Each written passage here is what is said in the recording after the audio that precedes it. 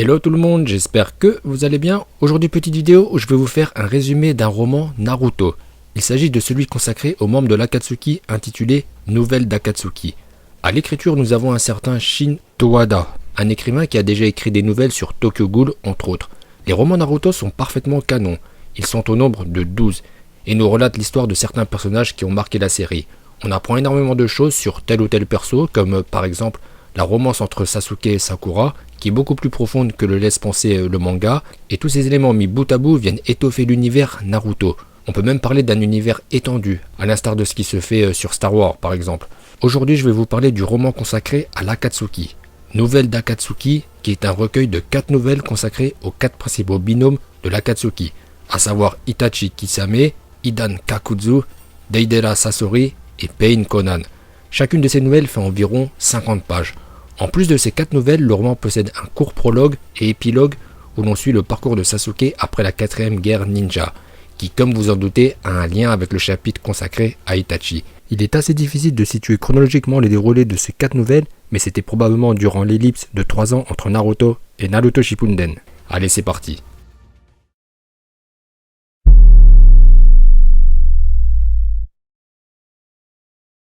Le chapitre 1 est intitulé Le millepertuis. Le millepertuis est une fleur mellifère, qui sert donc aux abeilles à produire du miel. Vous allez comprendre pourquoi un peu plus tard. Le chapitre 1 met en scène le duo Itachi-Kisame. Tout commence lors d'une nuit paisible, Itachi n'arrive pas à dormir et il est rejoint par Kisame qui lui demande c'est quoi son problème. Bon, il l'embrouille pas, mais Kisame tient à rappeler une chose à Itachi. Si les membres de l'Akatsuki opèrent en binôme, c'est pour entre autres se surveiller mutuellement. Kisame rappelle à Itachi le passage éphémère d'Orochimaru dans l'organisation qui a laissé un goût amer en trahissant l'Akatsuki. L'Akatsuki ne tolère pas la trahison et celle-ci est condamnée de mort. Bon, le dossier Orochimaru, Itachi le connaît mieux que quiconque car c'est lui qui a dû faire face aux ambitions de grandeur d'Orochimaru qui l'ont poussé à trahir l'organisation. Alors que Itachi et Kisame discutent, la brume se lève. Il s'agit là d'une technique des ninjas de Kili. Itachi et Kisame sont attaqués par 2 chasseurs de déserteurs de Kili qui en ont après Kisame. Mais prendre Kisame en défaut avec une attaque telle que le camouflage dans la brume ressemble à une blague, et Kisame parviendra à tuer facilement ses 2 assaillants. Dans la foulée, 2 autres ninjas passent à l'attaque, ils ne portent pas de masque de chasseur, ni de bandeau, ce sont probablement des mercenaires embauchés par Kili pour kidnapper Kisame. Et cette fois l'affrontement sera plus difficile, car les 2 ninjas vont super bien combiner et mettre Kisame en sueur. L'un nommé Kiro utilise des techniques Soiton, et l'autre nommé Kodaka utilise une étrange technique à base de Raiton. Kisame sera touché par cette étrange attaque qui ressemble à une avalanche de piqûres d'abeilles. Le coup n'était pas mortel, mais Kisame sera empoisonné. Finalement, c'est Itachi qui poussera les 2 assaillants à battre en retrait. En effet, Itachi a balancé les arcanes lunaires sur Kiro, qui aura l'esprit brisé. Torturé, Kiro appelle son grand frère à l'aide. Kodaka accourt l'aider et on comprend que Kiro et Kodaka sont frères. Kiro est le petit frère et il est le plus tumultueux. Fasciné par le monde shinobi, il est devenu ninja uniquement pour l'argent et la renommée. Ainsi, il a tristement entraîné avec lui son grand frère Kodaka, qui est le parfait opposé de son frère. Sage et pacifiste, il déteste se battre et aimerait vivre une vie d'apiculture loin du très cruel monde des ninjas. Mais Kodaka adorait son petit frère, il était prêt à tout pour le protéger. Dès lors, on observe le point de vue d'Itachi, qui ne peut rester insensible face à cette situation où un grand frère porte secours à son petit frère. Lui qui a tout sacrifié pour maintenir la paix à Konoha, et même au-delà, s'était mis à dos son petit frère pour le sauver et avait fait de lui un instrument dirigé par la haine pour le renforcer avec pour finalité la rédemption par sa main. Kiro et Kodaka se sont repliés, Itachi et Kisame en font de même pour récupérer des forces, surtout Kisame qui a été empoisonné. Mais grâce à Sameada qui lui fournit du chakra, il se rétablira très vite. S'entame un débat sur le sens de la vie entre Kisame et Itachi qui fait suite à leur première discussion lors de leur première rencontre où Itachi avait dit à Kisame que l'on peut se connaître totalement au seuil de sa mort. Donc, on passe sa vie à se chercher. Ici, l'auteur nous développe le point de vue de Kisame et ses réels sentiments. On sait que Kisame peut paraître parfois sadique. Comme tous les membres de l'Akatsuki, c'est un psychopathe. Et le roman vient appuyer ses propos qu'il a tenus au seuil de sa mort. Kisame était dégoûté du monde shinobi où un ninja de Kiri tue un autre ninja de Kiri. Madara avait capté cette détresse et lui avait offert un foyer, une famille et un objectif à atteindre, celui d'un monde meilleur. On peut donc supposer qu'Itachi avait tort lorsqu'il dit qu'on ne peut vraiment se connaître qu'au moment de sa mort, même si on peut penser qu'il n'en faisait pas une généralité et que cette phrase s'appliquait juste pour le cas de Kisame. Pourtant, au cours de sa vie, Kisame avait une idée assez claire du chemin à suivre. Voilà pourquoi ses dernières paroles seront « Au fond, Itachi, je n'étais peut-être pas qu'une vermine, car le roman met l'accent sur les sentiments et le réel objectif de Kisame qui croyait vraiment en un monde meilleur. Retour sur le roman avec le deuxième round. Les frères Kodaka et Kiro vs Itachi Kisame. Alors, après avoir été attaqués par Kiro et Kodaka, Itachi et Kisame ne pouvaient les laisser en vie, car ils en savaient trop sur eux et auraient pu remonter les informations à Kili. La mission de Kisame et Itachi est donc de réduire au silence Kiro et Kodaka. En cours de route, Itachi va intercepter un message accroché sur la patte d'une abeille destinée à de la famille. Donc c'est Kodaka qui contrôle les abeilles et envoie un message. On apprendra que Kiro et Kodaka sont issus du clan Hachibe. Dans ce clan, l'aîné est formé à l'autodéfense avec une technique héréditaire qui permet de contrôler les abeilles. Et le cadet est formé au ninjutsu pour protéger l'aîné. Historiquement, le clan Hachibe était des voyageurs qui vivaient de la vente de miel. Et si on remonte plus loin dans le temps, il est mentionné que le clan Hachibe avait des origines communes avec le clan Aburame. Un jour, ils se sont sédentarisés et les traditions se sont perdues. Itachi et Kisame comprennent un truc. L'étrange technique de Kodaka infligée à Kisame était en fait une multitude de piqûres d'abeilles. Ainsi, le corps de Kisame allait créer des anticorps spécifiques et la seconde frappe de Kodaka, avec un autre type de piqûre d'abeille, allait tuer à coup sûr Kisame. Toujours en cours de chemin, alors il n'y a qu'une nuit qui se sont écoulées entre le premier et le deuxième round. Kisame pense que Kiro qui s'est pris le Tsukiyomi n'est probablement pas en état de se battre, car il faut un certain moment pour se remettre du Tsukiyomi. Pourtant, il sera réfuté par Itachi qui nous apprendra que l'on peut se remettre très vite des arcanes lunaires grâce à l'amour. Kisame croit une blague, mais pas du tout. Grâce à l'amour du grand frère à son petit frère, Kiro sera rétabli en une nuit. Ici, on parle bien sûr d'amour fraternel. Le combat s'engage et Kisame passera la majorité du temps dans une prison aqueuse pour se protéger des abeilles. Et c'est Itachi qui fera le boulot. La conclusion sera à l'initiative de Kodaka. Écœuré du monde shinobi et des agissements de son frère, il poignardera son frère pour mettre un terme à ses ambitions destructrices avant de se donner la mort. Ses dernières paroles seront les suivantes. « J'aime mes petits frères, même toi Kiro », ce qui pourfendra le cœur d'Itachi, qui craignait une chose dans sa vie, mourir sans pouvoir dire à son petit frère combien il l'aime. Ce récit nous amène au prologue et à l'épilogue du roman. Dans le prologue, Sasuke part à la découverte du monde. Il tombera sur deux enfants en train de jouer dans un champ de fleurs, Kimitsu et Omitsu. Sasuke va sauver le cadet qui allait tomber d'une falaise et les deux enfants racontent leur histoire à Sasuke. Leur grand frère a été tué par l'Akatsuki. Dans l'épilogue fait son apparition Kiro. On comprend donc qu'il s'agit d'une fratrie de 4 frères. Kiro et Sasuke font connaissance. Kiro nous explique que suite à l'attaque de Kodaka qui devait mettre un terme à leur vie, Kiro a survécu grâce à un coup qui provoque un état proche de la mort, ce qui a trompé Itachi et Kisame qui sont partis. Et Kodaka a donc réussi à sauver son petit frère. Pourtant, Kiro avait bien conscience qu'un tel subterfuge ne pouvait tromper le Sharingan d'Itachi. Il en déduit donc qu'Itachi l'a épargné. Lui qui a pu comprendre Kodaka prêt à tout pour sauver son petit frère. Désormais, Kiro s'est repenti, il a repris la tradition du clan qui est de voyager et vendre du miel. Kiro doit tout à son grand frère, la vie, la chance de pouvoir vivre en paix auprès de ses petits frères, mais aussi la tristesse d'avoir perdu un grand frère aussi gentil. À la conclusion du récit, Kiro pose une question à Sasuke. « Ton grand frère aussi était-il gentil ?» Sasuke répondra « Oui ».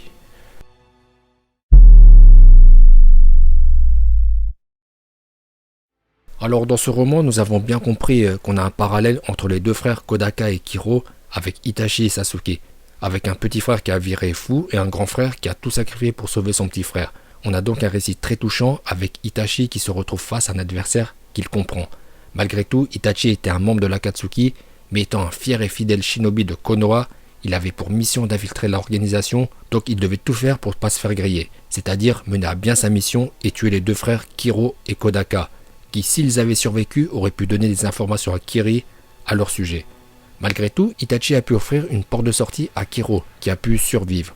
En conclusion, nous avons la rencontre des deux petits frères, Sasuke et Kiro, qui avaient tous deux un grand frère protecteur qui s'est sacrifié pour eux.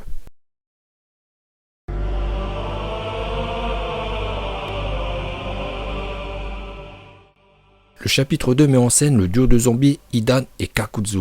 Comme vous en doutez, avec nos deux acolytes, ce chapitre va être sanglant. Tout commence dans une forêt située dans une vallée où il n'y a pas âme qui vive. Pourtant, d'après les informations de Kakuzu, un homme dont la tête est mise à prix à 15 millions de ryo devrait s'y trouver. Mais rien, Hidan commence à perdre patience car ça fait un moment qu'il n'a pas offert de sacrifice à Jashin. Quand tout à coup le duo sera abordé par un inconnu, et cerise sur le gâteau, il s'agit de l'homme recherché. En 2 secondes, Kakuzu fait tomber sa tête et Hidan est content car il va pouvoir effectuer son rituel pour Jashin. Pendant le rituel, un garçon d'une dizaine d'années accoste Hidan et Kakuzu. et il semble admiratif et curieux envers le rituel d'Idan. Bon, Idan et Kakuzu trouvent ce garçon étrange. Il est à noter que ce garçon tient dans sa main une boule de terre. Ce détail est important. Le garçon demande à Idan comment rejoindre le culte de Jashin. Il a l'air emballé. Kakuzu se dit que le gosse est fou, et autant le tuer direct. Mais surpris, Idan dira « Attends, y a pas de souci, je veux bien te parler du merveilleux culte de Jashin. » Idan est content car lorsqu'il parlait du culte de Jashin à ses compères de l'Akatsuki, tout le monde s'en foutait. Et là, il s'est trouvé un pote. S'ensuit une discussion entre le petit et Idan. On apprendra que la devise du culte de Jashin est le carnage. Mais ça, on le savait déjà. Et comme on s'en doutait aussi, Idan est immortel grâce au sacrifice qu'il offre à Jashin. Un des principaux préceptes du culte est « Tu tueras ton prochain ». La journée passe et Kakuzu informe Idan que la mission n'est pas terminée. Les membres de la famille du gars qu'ils ont eu ont aussi une prime sur leur tête. Il en déduit qu'il doit y avoir un village caché dans les environs. Ils vont donc questionner le petit, dont le nom est Ootsuki, où se trouve son village. Sans trop insister, il va leur révéler l'emplacement de son village, qui est dissimulé par un genjutsu. C'est un village nommé le Paradis, où tout le monde s'efforce d'être heureux. Il est caché dans une grotte immense. Kakuzu part en éclaireur et Ootsuki lui conseille de prendre son apparence. Il lui confie la boule de terre, comme ça son complice et ami nommé Ameyuki le reconnaîtra et lui servira de guide sur place. Après avoir mené son enquête, Kakuzu est de retour auprès d'Idan et Ootsuki et le coup près va tomber. Le village du paradis est une vaste fumisterie. Il s'agit en fait de la vallée des mensonges qui n'est habitée que par des ninjas recherchés dans le bingo book. Et dans ce village, tout le monde utilise la métamorphose pour prendre l'apparence d'une tierce personne, pour ainsi ne pas être grillé. Idan et Kakuzu vibrent. Kakuzu voit en ce village une mine d'or et Idan l'occasion d'un sacrifice à grande échelle. Ootsuki, le petit qui s'est lié d'amitié avec Idan, est en fait mort depuis longtemps. C'est Ameyuki qui s'est fait passer pour lui avec la technique de métamorphose et le Ameyuki qui a servi de guide à Kakuzu au village était un clone de boue. Ameyuki est un utilisateur de Keke Genkai, le Dayton, combinaison du Suiton et du Doton. Donc en combinant l'eau et la terre, il crée la boue. C'est la même combinaison qu'Hashirama Senju, mais Hashirama lui il crée le Mokton, le bois, et Ameyuki le Dayton, la boue. Un jour, Ootsuki a été enlevé et Ameyuki l'a sauvé en utilisant le Dayton. Il a tué tous ceux qui ont enlevé Ootsuki, ce qui lui valut d'entrer dans le bingo book. Lorsque les habitants de son village ont eu connaissance de son don héréditaire, ils ont assassiné Ootsuki et Ameyuki a tué tous les habitants de son village, ce qui fit exploser sa prime. Puis Ameyuki s'est réfugié dans la vallée des mensonges sous l'apparence de Ootsuki, et toujours avec un clone de lui-même proche de lui. Une fois la vérité révélée au grand jour, un combat éclate entre Idan et Ameyuki. Pendant ce temps, Kakuzu massacre le village habité uniquement par des criminels avec une tête mise à prix. Alors pourquoi est-ce que c'est parti en bagarre entre Idan et Ameyuki alors qu'ils étaient sur la même longueur d'onde et Ameyuki devait devenir un disciple du culte de Jashin? Eh bien pour une raison qui va vous paraître un peu folle. Mais bon, on sait que Idan est fou et que s'il a un pote, ça peut que mal tourner. En effet, un des principaux préceptes du culte de Jashin est « Tu tueras ton prochain ». Donc Idan n'a pas à tuer son coéquipier Kakuzu car il n'est pas son prochain. Idan déteste Kakuzu qui ne pense qu'à l'argent, donc il doit tuer Ameyuki avec qui il s'entend bien, car il le considère comme son prochain. Et c'est pareil pour Ameyuki. Dégoûté par cette vie de mensonge, il a trouvé un sens à sa vie en adhérant au précepte de Jashin. Bien entendu, le combat se soldera avec la victoire d'Idan qui va préparer une cérémonie très spéciale pour Ameyuki. Kakuzu demande à Idan « Pourquoi est-ce que ça prend autant de temps ?» Eh bien parce que cette fois le culte de Jashin rend hommage à un martyr.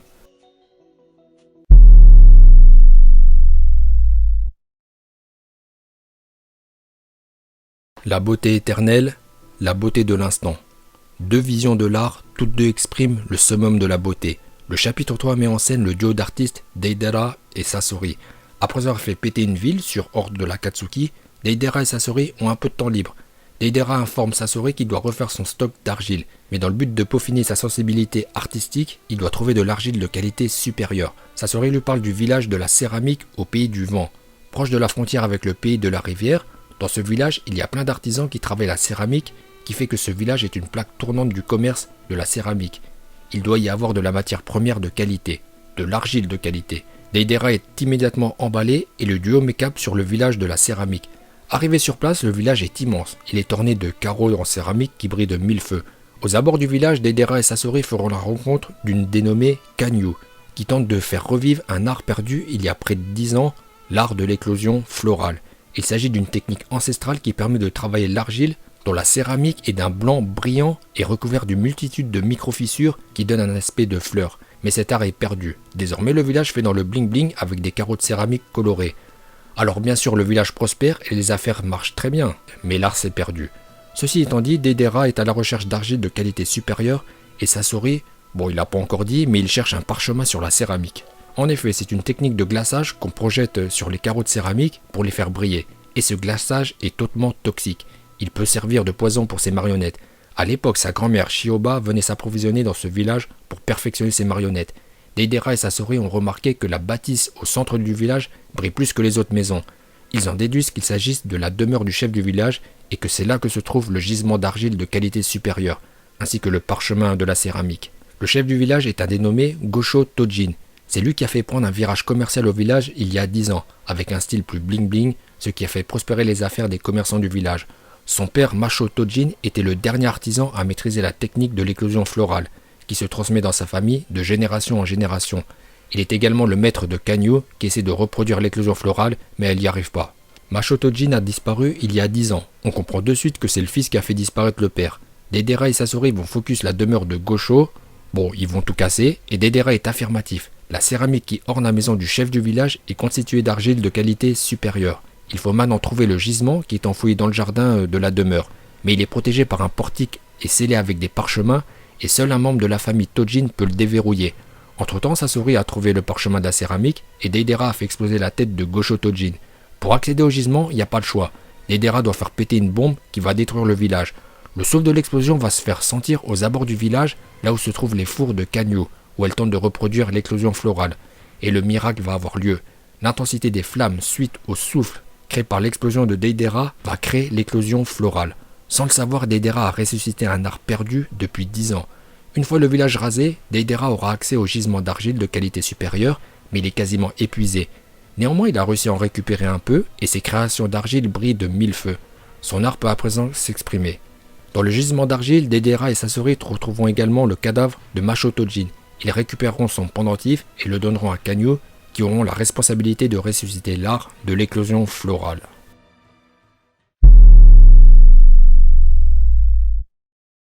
Alors moi j'aime beaucoup ce genre de petites histoires qui viennent étoffer le background de tel ou tel perso.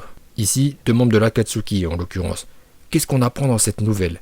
Eh bien que Deidara et Sasori ne s'appréciaient pas trop, car ils travaillent sur une forme d'art totalement opposée, l'art de l'explosion pour Deidara, donc un art éphémère, alors que Sasori utilise son propre corps pour perpétuer un art éternel. Tout son corps est devenu une marionnette, excepté son cœur. Même si l'un comme l'autre n'arrivent pas à se comprendre, d'un point de vue artistique, ils se respectent. Ils respectent leur travail artistique. Et je trouve que ça a de la classe et font que ce duo est unique en son genre.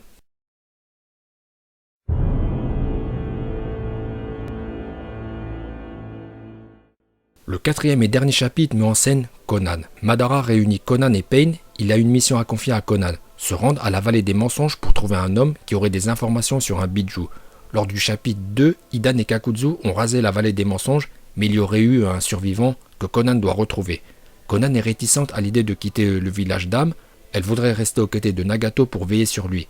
Pas pour le protéger, mais plutôt pour le canaliser, car Nagato est invincible, mais s'il ne fait pas gaffe, il pourrait dépasser ses limites et se mettre en danger. Nagato, à travers le corps de Yeiko, lui dira « C'est bon, tu peux y aller, ça va aller ». Zetsu va guider Conan jusqu'à la vallée des mensonges. Conan est un peu énervé, surtout qu'elle ne fait absolument pas confiance à Madara. En cours de route, Conan sera baigné par un parfum de fleurs qui lui rappelleront divers souvenirs qui ont marqué sa vie. Ainsi, les plus beaux moments de sa vie sont bien sûr lorsque Yeiko lui a déclaré sa flamme et qu'il lui a offert une fleur blanche, qu'elle a fait sécher et garde toujours sur elle. Au fur et à mesure que Conan s'approche de sa destination, le parfum s'accentue et les souvenirs des bons moments passés avec Yeiko et Nagato s'amplifient. On apprendra que depuis le décès de Yeiko, qui s'est empalé sur le kunai de Nagato sous la menace d'Anzo qui détenait Conan, Conan culpabilise. Elle aurait voulu se sacrifier pour que Yeiko survive et guide Nagato sur le chemin de la paix. Le doute s'empare de Conan. Au fond d'elle, elle sait que Nagato suit le mauvais chemin et qu'il est manipulé par Madara dans un délire chelou. Mais quel que soit le chemin pris par Nagato, elle le soutiendra. Pourtant, un souvenir refait surface et va ébranler la conviction de Conan. Il s'agit de la première rencontre avec Madara où Yeiko lui avait dit « Laisse-nous tranquille, ne t'approche plus de nous ». Et Conan se dit qu'à cause de sa faiblesse, Nagato est tombé sous l'emprise de Madara et ça Yeiko ne l'aurait jamais toléré, et le désespoir l'envahit. Arrivé dans la vallée des mensonges où il devrait y avoir un vaste champ de ruines, c'est un champ de fleurs qui s'étale de long en large. les mêmes fleurs que Yahiko avait offert à Conan à l'époque. Conan comprend qu'elle est victime d'un genjutsu et utilise la technique de rupture pour briser l'illusion, et le champ de fleurs s'efface pour laisser place à un précipice qui, si elle avait continué à avancer, elle aurait fait une chute mortelle. Yahiko, enfant, lui apparaît et tente de lui retourner le cerveau. Bon, c'est bon, cette fois elle a compris et lui balance des shurikens de papier, touchant ainsi mortellement son adversaire qui avait pris l'apparence de Yahiko. Conan a pu se défaire d'un genjutsu qui se raccroche aux souvenirs les plus précieux. On apprendra que la cible de Conan était un ninja déserteur d'Iwa, mais qu'il n'avait aucune information sur un bijou. Conan rentre donc au pays de la pluie. Pour conclure ce chapitre, Zetsu et Madara font leur apparition. Madara, ou plutôt Obito, avait en fait tendu un piège à Conan, dans l'espoir qu'elle se fasse tuer pour accroître la haine de Nagato, mais ça a échoué. À la fin du récit, Obito tend la paume de sa main vers le ciel et aura 3 mots énigmatiques. Attends-moi, Din.